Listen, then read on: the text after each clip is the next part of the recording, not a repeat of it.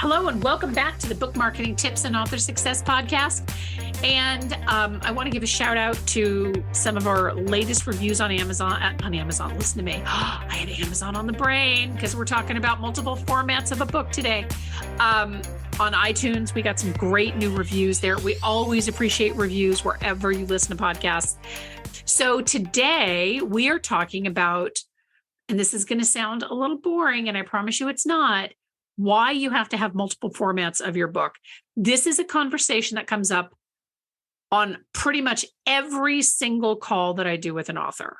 And Amy, I know this was your idea. Do you want to tee up this chat? Sure. And I will say the inspiration, as most of my inspiration for this podcast, came from an author that we were kind of going over their proposal and we had a little bit back and forth, and he really kept kind of hemming and hawing about some of the strategies in there because he was fully convinced that he was only ever going to sell his print book. Yeah. He's like, no, I don't want to do ebook. I don't want to do that. I just want to do print. And then, you know what I mean? And so we see that a lot where an author gets really convinced that only this format is what I need. And that's really dangerous, especially when you're brand new. You know, we're not talking about authors veteran authors that have released 20 books already, and they know their market. They know what sells. Like, we get it. We respect that you've figured things out. Like, that's not this. We're talking about new authors that are really trying to make a place for them in the market and find their people and start building fans and readership. So we always encourage authors to release as many formats as possible. So we mean ebook, paperback, even hardback and audio, if it's within your budget. Obviously, you know, there are considerations to make there. But we say that because it also creates the most opportunities in terms of marketing and finding readers. Yes. And we say this a lot, and I think authors don't think of it this way. And I hope this is often the light bulb moment, but you're not going to force an ebook reader to read a paperback. Thank you. Yes. Yeah. Especially as a new author, they don't know you from Adam or Eve. So they are not going to pay more and start reading a format of a book that they don't normally read.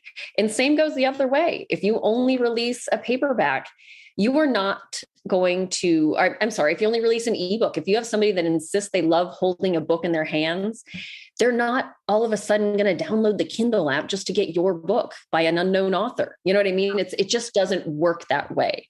You're not going to trick them into buying something they don't want to buy. So having as many formats as possible really increases your ability to appeal to more buyers. Yeah, it does. And, it's funny that we're recording this today because I put up a post on Facebook, I think it was on Monday, and I asked, what do you prefer? Do you prefer reading an ebook or do you prefer reading in paperback? And I was shocked at how many readers still like to read print books. So never underestimate. And the other reason for this is that first off, as Amy pointed out, you never want to underestimate, where the majority of your sales are going to come from. Now, it is true that yes, genre fiction, romance, contemporary romance tends to do more in ebook. Great. Doesn't necessarily mean you have to have a hardback, but you could definitely do a paperback. You could do an audiobook. You don't have to necessarily roll out the audiobook immediately, like the minute that your book launches, because an audiobook is also an investment, right? So one of the things that I think it's kind of like the publishing pyramid, so to speak, right?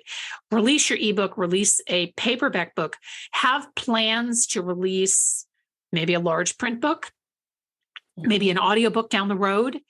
But don't just turn away readers by not having a format that they're going to want to read, because you just don't know. I mean, it is, some of the numbers that we talk about in terms of ebook favorability and print book versus print book favorability, those are just numbers.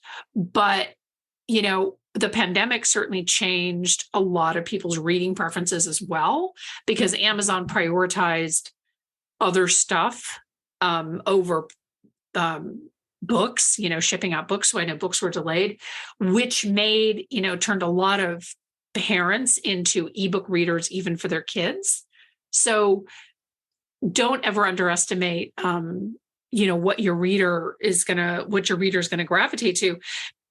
it gives you more opportunity to market, yes, but also consider the real estate on Amazon, right? So when I've had authors who have, for example, cocktail books that normally you think, well, I'm only going to print that out in hardcover. Absolutely. Because when you think of a cocktail book, when you think of a cocktail table book, not a cocktail book, I swear I'm doing these. I want a cocktail. I know. I want a cocktail. Wait. But a cocktail table book, a photograph, something with a lot of imagery in it. Most of those tend to do better in hardback. If at all possible, create an ebook version of that book, which I know is not always easy with conversion and things like that. Sometimes it doesn't make the images pop the way that it did. Here's the reason why I like that. I mentioned Amazon real estate. You want to try to own as much Amazon real estate as you can. Having multiple formats of a book helps to increase will increase the exposure for the book. The other reason is because you can do a lot more with ebooks on Amazon than you can with print books, which I think print books are going to catch up, but you have the flexibility of like the categories and things like that the enhanced Amazon categories that we talk about a lot and that I talk about in my book and that we do at this company for ebooks that you don't necessarily have for paperback. So that's another reason.